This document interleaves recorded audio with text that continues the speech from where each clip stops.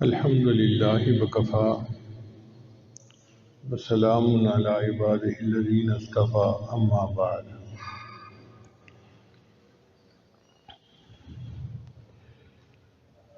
اعوذ باللہ من الشیطان الرجیم، بسم اللہ الرحمن الرحیم۔ شہر رمضان الذی انزل فیہ القرآن، سبحان ربک رب العزت عما یصفون وسلام علی المرسلین والحمد للہ رب العالمین۔ اللہم صلی علی سیدنا محمد وعلی آل سیدنا محمد وبارک وسلم۔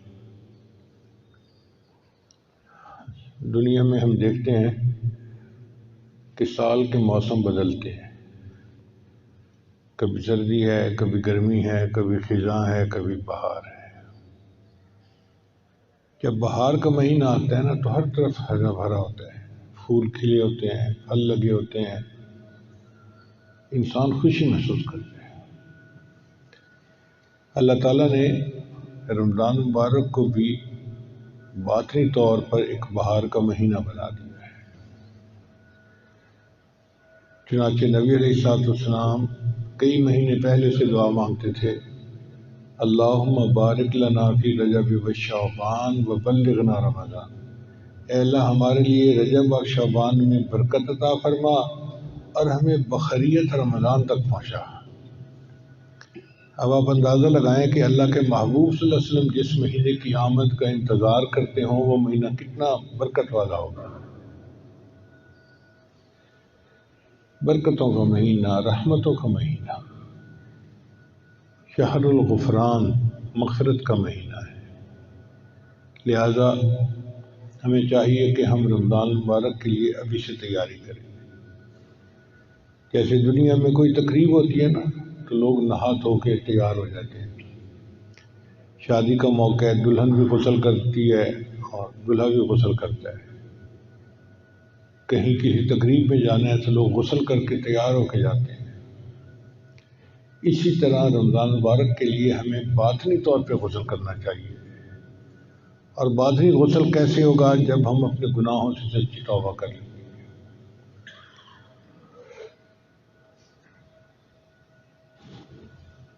گناہوں سے سچی توبہ کرنا یہ باطنی غسل ہے جس کی وجہ سے اللہ تعالیٰ کی رحمت بندے کی طرف متوجہ ہوتی ہے۔ یہ رمضان کی تیاری ہے جو ہمیں شعبان میں کرنی چاہیے۔ ویسے بھی 15 شعبان سے برکتیں شروع ہو جاتی ہیں۔ امام ربانی مجد لسانی رحمۃ اللہ نے ایک مثال سے سمجھائی ہے بات۔ وہ فرماتے ہیں کہ سورج تو طلوع ہوتا ہے 6 بجے، لیکن 4:30 پونے 5 طلوع صبح صادق ہو جاتی ہے، اور جب طلوع صبح صادق ہوتی ہے تو رات کا اندھیرا ختم اور روشنی شروع۔ پھر روشنی بڑھتی رہتی ہے حتیٰ کہ سورج طلوع ہونے سے چند منٹ پہلے اتنی روشنی ہوتی ہے کہ پتہ ہی نہیں چلتا کہ سورج طلوع ہو گیا یا نہیں ہو گیا۔ بعض اوقات تو گھڑی دیکھ کے پتہ کرنا پڑتا ہے جی کہ سورج طلوع ہوا یا نہیں، روشنی اتنی ہوتی ہے، اسفار اتنا ہوتا ہے۔ پھر سورج طلوع ہوتا ہے تو دن شروع ہو گیا۔ تو وہ فرماتے ہیں کہ رمضان مبارک کا جو دن ہے اس کی صبح صادق 15 شعبان کی رات کو ہوتی ہے۔ پھر 15 شعبان کے بعد ہر دن روشنی بڑھتی جاتی ہے، نور بڑھتا جاتا ہے حتیٰ کہ رمضان شروع ہونے سے 2 دن پہلے ایسے ہی برکتیں ہوتی ہیں جیسے رمضان کی برکتیں ہیں۔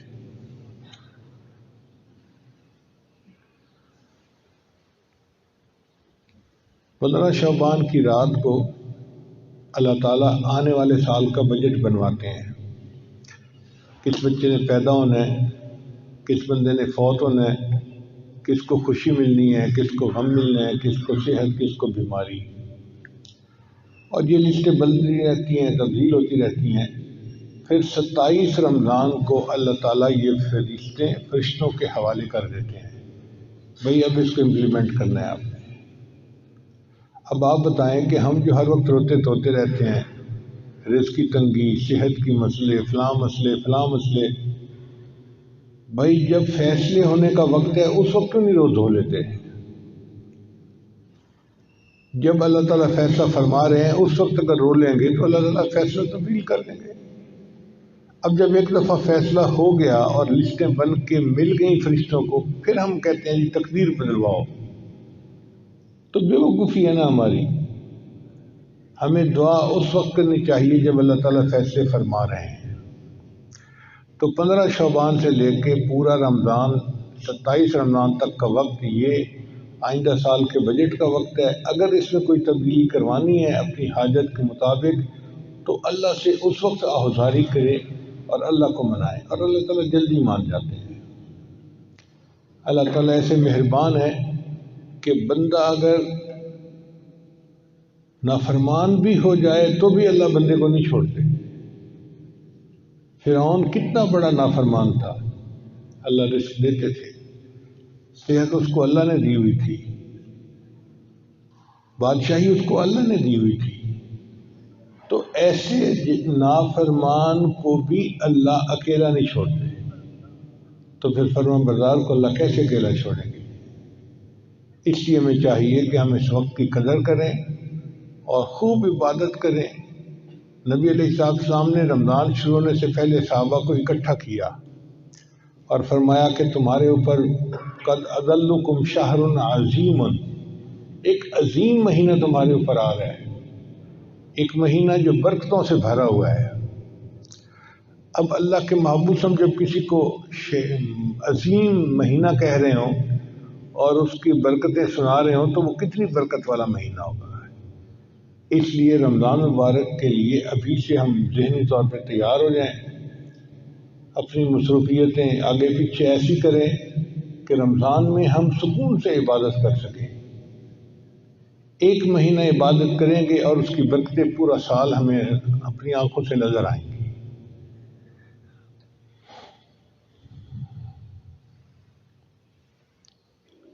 اکثر دوست احباب ہمارے پاس آتے ہیں تو ان کو یہی پریشانی ہوتی ہے، بچہ بیمار ہے، بیٹی کا رشتہ نہیں آتا، جاب نہیں مل رہی، قرضہ نہیں اتر رہا، مکان نہیں بنا۔ یہ چیزیں زندگی میں ہوتی ہیں ہر ایک کے ساتھ، مگر اس کا یہ مطلب نہیں کہ اب کسی نے کچھ کر دیا ہے، کسی نے کچھ نہیں کیا۔ کوئی ہمیں تکلیف نہیں پہنچا سکتا جب تک کہ اللہ تعالیٰ نہ چاہیں، اور کوئی ہمیں نفع نہیں دے سکتا جب تک کہ اللہ تعالیٰ نہ چاہیں۔ نفع اور نقصان اللہ کے اختیار میں ہے، اب وہ ہمارا پروردگار ہے، اور ہمیں اس بات پہ خوشی ہونی چاہیے۔ حضرت علی عنہ فرمایا کرتے تھے، اے اللہ میرے لیے یہی عزت کافی ہے کہ تو میرا پروردگار ہے، میرے لیے یہی عزت کافی ہے کہ تو میرا پروردگار ہے، اور میرے لیے یہی فخر کافی ہے کہ میں تیرا بندہ ہوں۔ ہم اللہ کے بندے ہیں، اس بات پہ ہمیں فخر ہونا چاہیے کہ ہمارا مالک کتنا عظیم ہے، کتنا بڑا ہے۔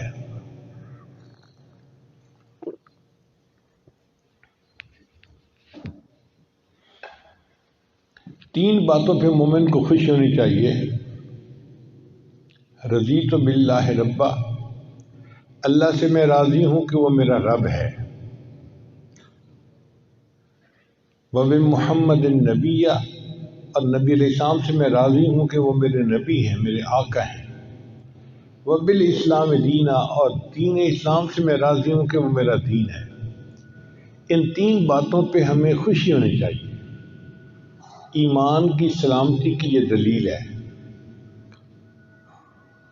کہ انسان اللہ سے راضی ہو کہ اللہ ہمارا رب ہے، نبی علیہ السلام سے راضی ہو کہ وہ ہمارے پیغمبر اسلام ہیں، اور اسلام سے راضی ہو کہ وہ میرا دین ہے۔ آج ایسا دجالی فتنے کا دور آ گیا ہے کہ لوگ جو ہیں وہ اپنے آپ کو مسلمان کہلوانا عجیب محسوس کرتے ہیں، ان کو شرمندگی محسوس ہوتی ہے، جی ہم کیسے کہیں کہ ہم مسلمان ہیں۔ پروپیگنڈا دیکھو کتنا ہو گیا۔ سچی بات تو یہ ہے کہ یہ اللہ کا ہم پر احسان ہے کہ اس نے ہمیں دین اسلام پر زندگی گزارنے کی توفیق عطا فرمائی۔ ہم اللہ کا احسان مانیں گے تو ہمارا ایمان محفوظ رہے گا، اور اگر ہم اسلام کو اپنے لیے پابندیاں اور بوجھ سمجھیں گے تو ایمان سے محروم ہو جائیں گے۔ ایک ذہن میں رکھ لیں بات کہ مدد اگر مانگنی ہے تو اللہ سے مانگنی ہے۔ ہم نے قرآن مجید میں پڑھا ایاک نعبد، اے اللہ ہم آپ کی ہی عبادت کرتے ہیں، و ایاک نستعین، اور آپ ہی سے مدد مانگتے ہیں۔ اللہ نہیں چاہتے کہ بندہ کسی اور کی عبادت کرے، اس لیے اللہ نے شرک کو ناقابل معافی قرار دے دیا۔ فرمایا ان اللہ لا یغفر ان یشرک بہ ویغفر ما دون ذلک لمن یشاء، اللہ تعالیٰ شرک کو معاف نہیں کریں گے، اس کے علاوہ کوئی گناہ ہوگا ہر گناہ کو معاف فرما دیں گے۔ تو ہم اللہ ہی کی عبادت کریں۔ دیکھیں اللہ نے انسان کے ساتھ کیا مہربانی کی، ہر جانور ہر پرندہ دانہ چگنے کے لیے کھانا کھانے کے لیے سر جھکاتا ہے۔ آپ کبوتر کے سامنے دانے ڈالیں سر جھکائے گا، خرگوش کو کھانا کھلائیں سر جھکائے گا، گائے بکری بھینس کو کھانا کھلائیں سر جھکائے گا، جس کو بھی کھانا ڈالیں وہ شیر کو کھانا ڈالیں وہ بھی سر جھکائے گا۔ اللہ نے انسان کو اشرف المخلوقات بنایا، فرمایا میرے بندے تیری پیشانی میرے سامنے جھکتی ہے، اب یہ غیر کے سامنے نہیں جھکنی چاہیے۔ ہمیں اللہ نے ہاتھ دیے، ہم اپنا منہ کھانے تک نہیں پہنچاتے، کھانا ہمارے منہ تک پہنچ جاتا ہے۔ تو جس پروردگار نے کھانے کے لیے بھی ہمارے سر کو جھکنے کا موقع نہیں دیا، وہ عبادت کے لیے کہیں جھکنے کے لیے کیسے گوارا کر لے گا؟ اس لیے یہ پیشانی اللہ کے سامنے جھکتی ہے، اللہ ہی کے سامنے جھکے گی، کسی اور کے سامنے نہیں جھک سکتی۔ اب جب پیشانی اللہ کے سامنے جھکتی ہے تو مدد بھی ہم اللہ ہی سے مانگیں گے۔ وَإِيَّاكَ نَسْتَعِينُ، اور اے اللہ ہم آپ ہی سے مدد طلب کرتے ہیں۔ اللہ مدد فرماتے ہیں ہر بندے کی، ہم بھی صبرے بن جاتے ہیں اور جلدی اللہ تعالیٰ سے نا امید ہو جاتے ہیں۔ ایسی بات نہیں ہے، دل کی گہرائیوں سے مانگیں، اللہ سے مانگیں، اللہ عطا کرتا ہے۔ چنانچہ حدیث مبارکہ میں ایک دعا آتی ہے کہ نبی علیہ السلام پر جب کوئی پریشانی مصیبت آتی تھی تو آپ صلی اللہ علیہ وسلم ایک دعا مانگتے تھے، یا حی یا قیوم برحمتک استغیث۔ یا حی یا قیوم یہ اللہ تعالیٰ کے اسماء گرامی ہے۔ تو یا حی یا قیوم برحمتک استغیث، اے اللہ اپنی رحمت کے ساتھ میری مدد فرما۔ جب بندہ اللہ کو مدد کے لیے پکارے گا تو اللہ ضرور مدد فرمائیں گے۔ اب آپ بتائیں قیامت کے دن ایسا ممکن ہے کہ کوئی بندہ یہ کہے یا اللہ میں تو آپ کو مدد کے لیے پکارتا رہا، آپ نے تو مجھے کوئی رسپونڈ ہی نہیں کیا؟ اللہ کسی بندے سے یہ نہیں سنیں گے کہ جی میں نے پکارا تھا اور مجھے تو جواب نہ ملا۔ اللہ تعالیٰ ہے، وہ ضرور رسپونڈ کرتا ہے، ضرور جواب دیتا ہے، ضرور بندے کی یہ مدد فرماتا ہے۔ ہمیں مانگنا نہیں آتا، ہم الزام ان کو دیتے تھے، قصور اپنا نکل آیا۔ تو اصل بات یہ ہے کہ انسان اللہ کے ساتھ لو لگائے، اللہ بس باقی ہوس، اور اللہ کو منائے، اور پھر دیکھے کہ اللہ تعالیٰ اپنے بندے کی مدد کیسے کرتے ہیں، اس کو کیسے عزتوں سے نوازتے ہیں، اس کو کیسے نیک نیک اعمال کی توفیق عطا فرماتے ہیں۔ دیکھیں یہ اگر ہم رمضان مبارک میں سکون کے ساتھ عبادت کرنا چاہتے ہیں نا تو ضروری ہے کہ ہمارا کام کاروبار اور رشتہ دار ان کی صحت وغیرہ سب چیز ٹھیک رہے، تبھی عبادت کر سکیں گے نا۔ اب ایک بندہ ہے اس کی بیوی ہاسپٹل پہنچ گئی تو کیا عبادت کرے گا رمضان میں؟ تو ہسپتال کے چکر لگائے گا۔ ایک بندہ ہے اس کے کاروبار میں کوئی نقصان ہو گیا یا اس کو کوئی ڈاکہ پڑ گیا، وہ کیا عبادت کرے گا؟ تو عبادت پرسکون ماحول میں انسان کرتا ہے، اور پرسکون ماحول حاصل کرنے کے لیے ہمیں اللہ کی مدد چاہیے۔ اللہ ہر چیز کو سلامت رکھے، ٹھیک ٹھیک رکھے، تاکہ ہم عبادت کر سکیں۔ اس کے لیے اللہ سے مدد مانگنی چاہیے، اللہ سے دعائیں کرنی چاہیے۔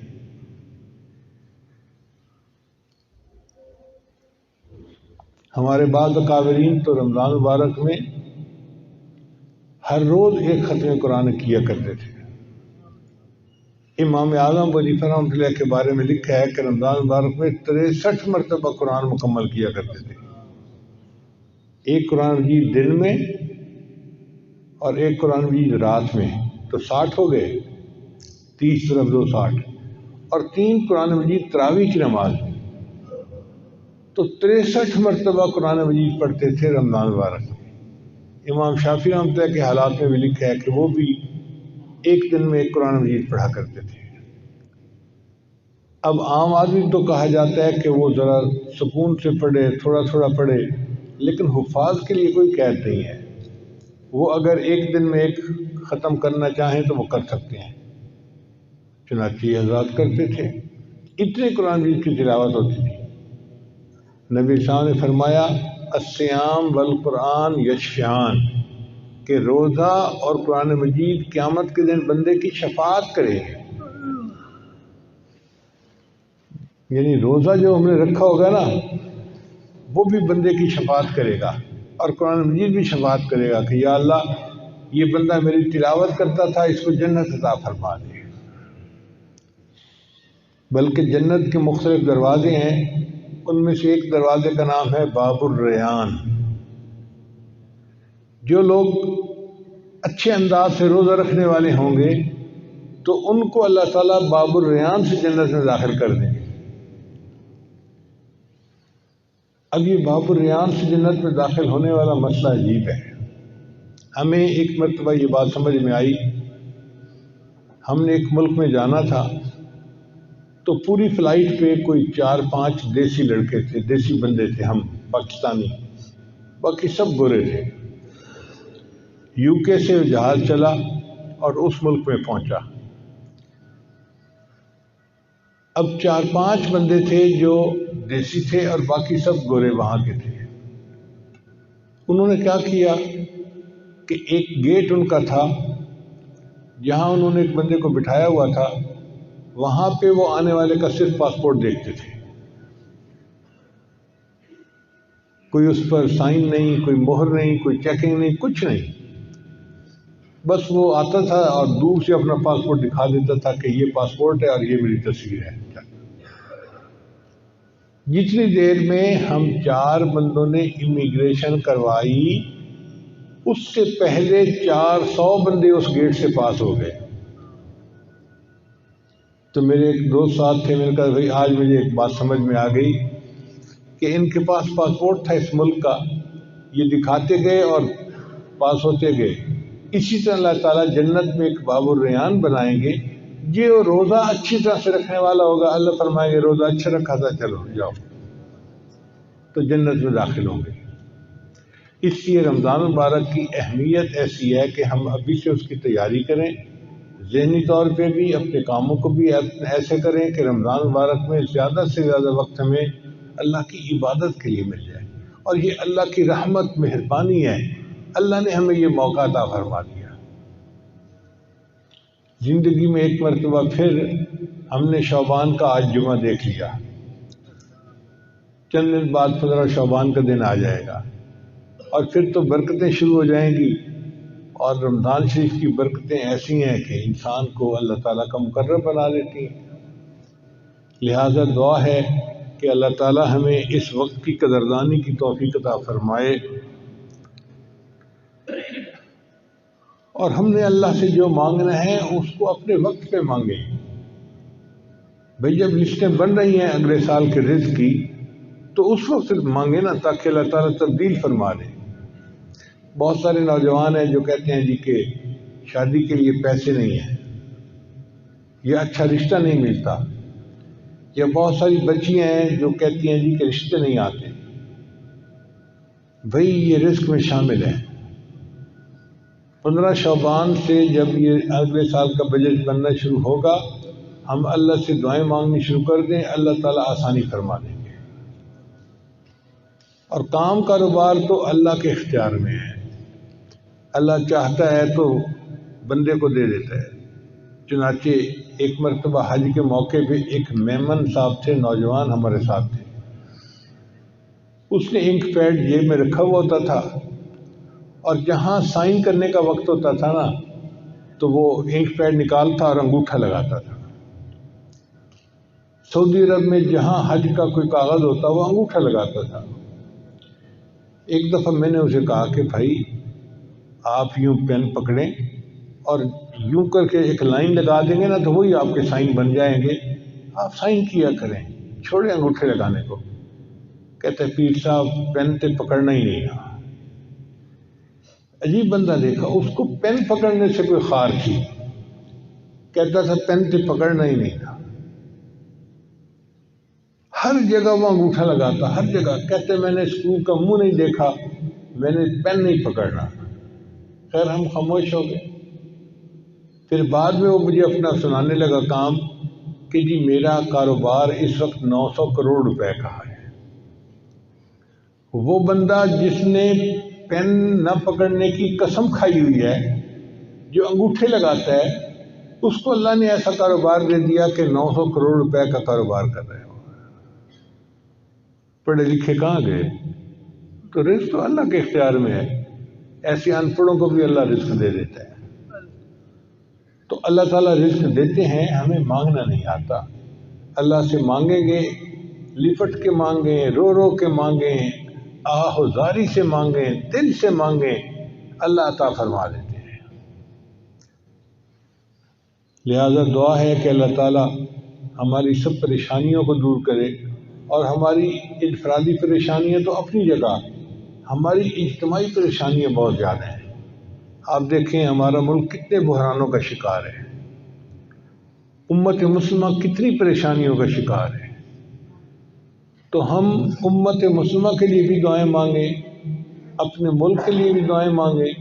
یہ جو مہنگائی کا عذاب آیا ہوا ہے نا، اللہ اس سے ہمیں نجات عطا فرما دے، اور اللہ ہمیں اپنی یاد والی زندگی عطا فرما دے۔ اللہ تیرے بنا بھی کیا جینا، اللہ کے سوا زندگی کا کیا مزہ ہے۔ لہذا یہ آنے والے دن اللہ کی یاد کے دن ہیں، ابھی سے کوشش شروع کر دیجئے کہ اللہ تعالی ہمیں عبادت خلوص کے ساتھ، خشیت کے ساتھ، سکون کے ساتھ کرنے کی توفیق عطا فرمائے، اور نفس و شیطان کے مکر و فریب سے اللہ ہمیں محفوظ فرمائے۔ وآخر دعوانا ان الحمد للہ رب العالمین۔ دعا سے پہلے ہم توبہ کے کلمات پڑھیں گے، تو سچے دل کے ساتھ یہ کلمات پیچھے پیچھے پڑھتے جائیے۔ بسم اللہ الرحمن الرحیم، لا الہ الا اللہ محمد الرسول اللہ، آمنت باللہ وملائکتہ وکتبہ ورسلہ والیوم الآخر والقدر خیرہ وشرہ من اللہ تعالی والبعث بعد الموت۔ آمنت باللہ کما ہوا باسمائہ وصفاتہ وقبلت جمیع احکامہ اقرار باللسان وتصدیق بالقلب۔ اشہد ان لا الہ الا اللہ واشہد ان محمدا عبدہ ورسولہ۔ استغفر اللہ ربی من کل ذنب واتوب الیہ برحمتک یا ارحم الراحمین۔ ان کلمات کو پڑھنے سے ہم تو بتائے ہو چکے ہیں، چند معمولات ہیں جن کو باقاعدگی سے کریں گے تو اللہ تعالیٰ دل کو منور فرمائیں گے۔ پہلا عمل ہے 100 مرتبہ استغفار صبح و شام پڑھنا۔ دوسرا عمل ہے 100 مرتبہ درود شریف صبح و شام پڑھنا۔ تیسرا عمل ہے قرآن مجید کی تلاوت روزانہ کرنا۔ چوتھا عمل ہے چلتے پھرتے ہر وقت دل میں اللہ کو یاد کرنا۔ اور پانچواں عمل ہے 20 منٹ صبح 20 منٹ شام مراقبہ کرنا۔ مراقبے کا طریقہ بہت آسان ہے۔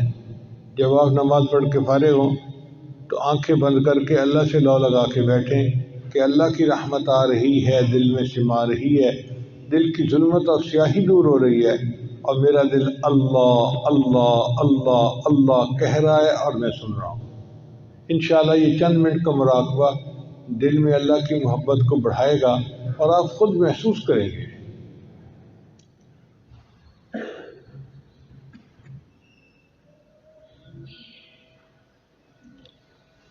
دعا کر لیجیے۔ سبحان ربی العظیم اللہم صلی علی سیدنا محمد وعلی آل سیدنا محمد ربنا ظلمنا انفسنا وإن لم تغفر لنا وترحمنا لنكونن ربنا لا تزغ قلوبنا بعد إذ هديتنا وهب لنا من لدنك رحمة والله خير حافظا وهو أرحم الراحمين۔